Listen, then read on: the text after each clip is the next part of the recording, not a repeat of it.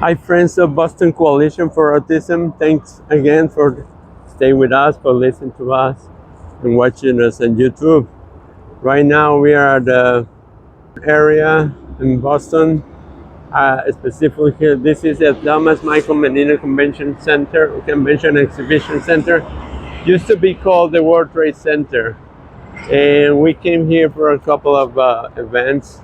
One was the inauguration of the mayor long time ago. No Mayor Menino, because Mayor Menino stayed in the office for like 20 years.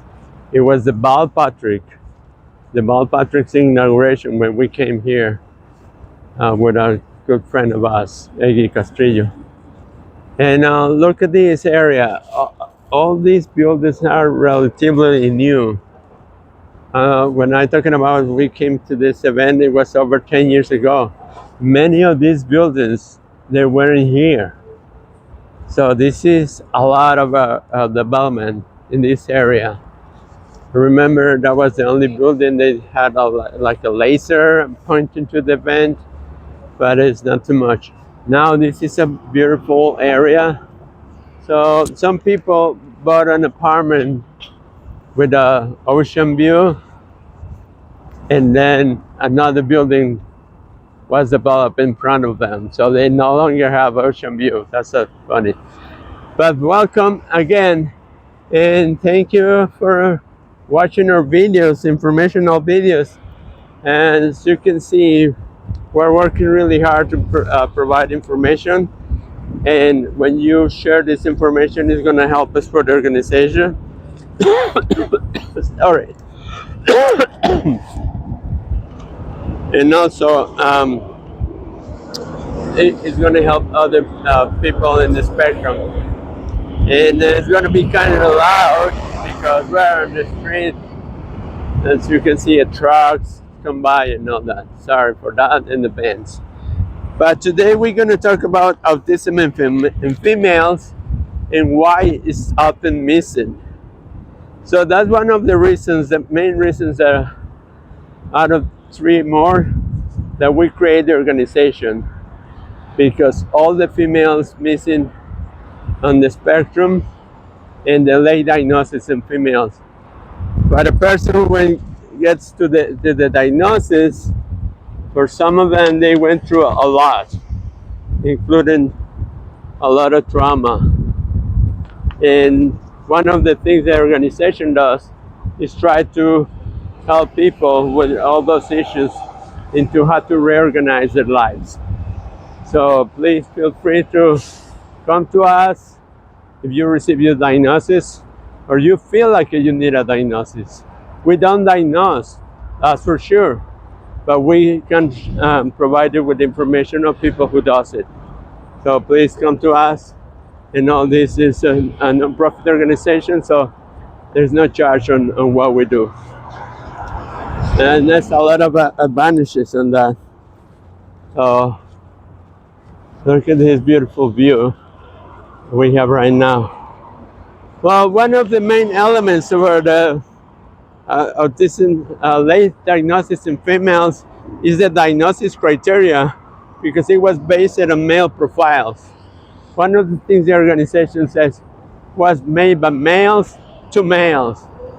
We're starting to Kanner, Lovas, and other important people on the development of the spectrum.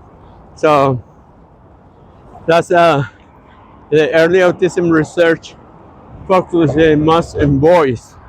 And many diagnosis tools until today still reflect the male behavior patterns.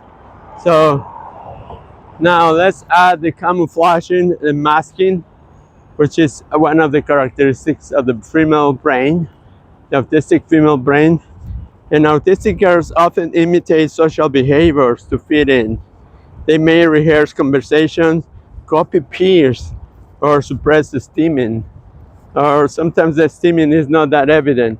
Sometimes you see this is type of a steaming, and then you see like this or something to substitute that very noticeable steaming. Steaming is fine, steaming is necessary. So please don't suppress the steaming And if you have stimulants, you can do it. We need to move to you, not you to us. So also another different social presentation was one of the factors, like a strong desire for friendships. Social difficulties may appear subtle, rather than disruptive. So some people try to make friends, and some neurotypical people would say, "Oh, this is a weird way to make friends," but that's the only way the people knows how to do it. So please be respectful in that area. And the interests may look typical, but sometimes they are not. So, like males, they are interested in dinosaurs, airplanes, trains, and all that. The females, they may be interested in animals, books, psychology, celebrities, fashion, magazines, something that really looks like a neurotypical, but in reality is not. So uh, just check what is the real behind the interested. If it's a hyper focus on that or special interest.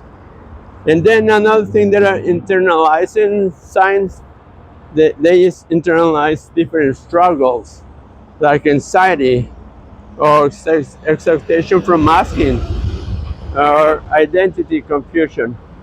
Also, sometimes females get a different diagnosis before they get the autistic diagnosis. So they may get a diagnosis in like anxiety or eating disorders, even bulimia and all those disorders. After some female autistic people pass through that before they get the autistic diagnosis. And obviously, all those situations are really unfair for everybody. So, one of the key points in autistic girls are frequently misdiagnosed or diagnosed late because their traits do not match the traditional autism stereotypes. And then there is another thing, characteristics often seen in autistic females, like social patterns. They are deep, but just they have a few friendships. Like I said, sometimes the way you make friends is totally different. So the preference for one-on-one relationships also is another factor too. And like a more, like let's say, hand-picked relationship with somebody, friendship, even other types of like a boyfriend, girlfriend, they are very particular.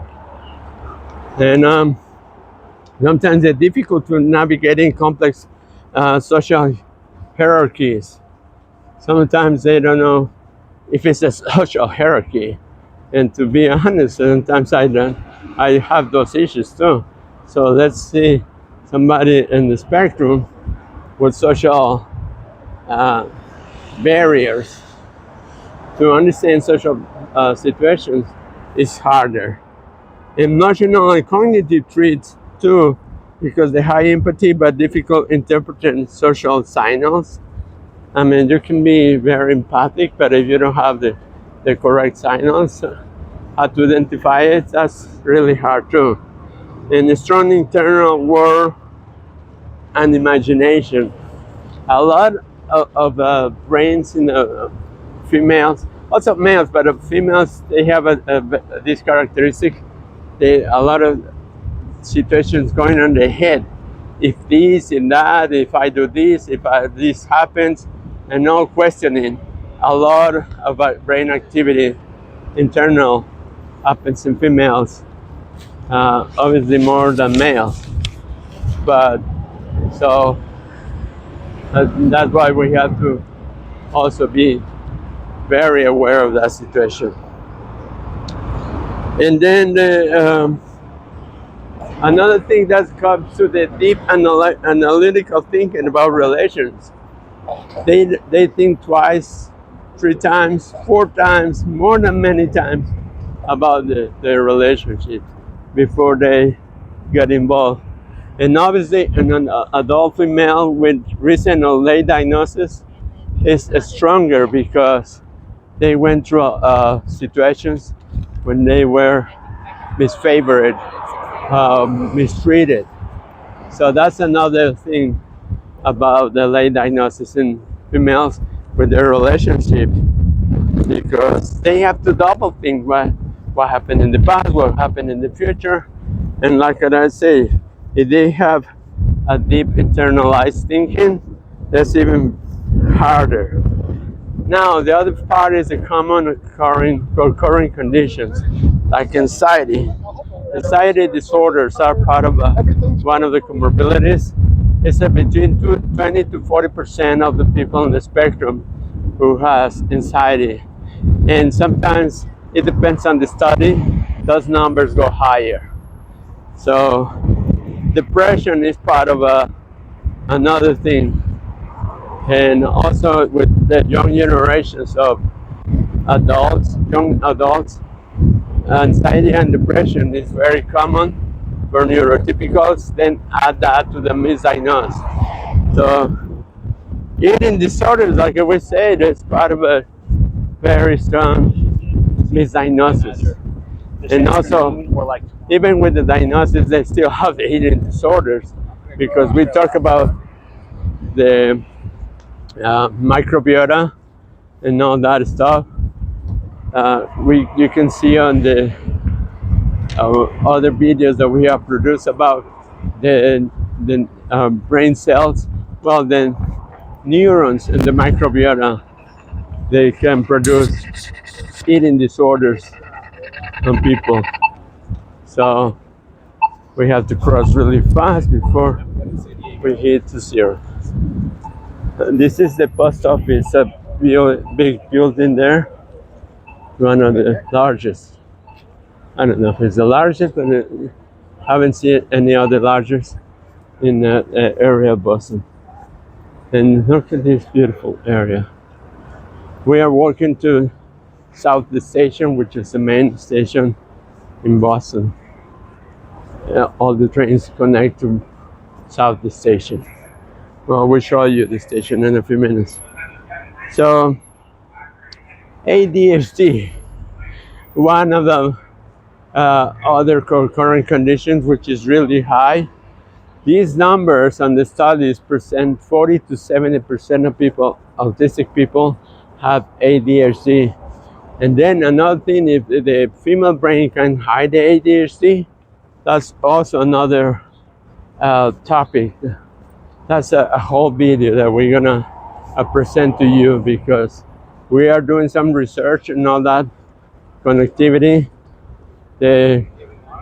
between autism and ADHD, and it's a lot of information that you have to receive in a separate video. So, and then trauma for chronic masking.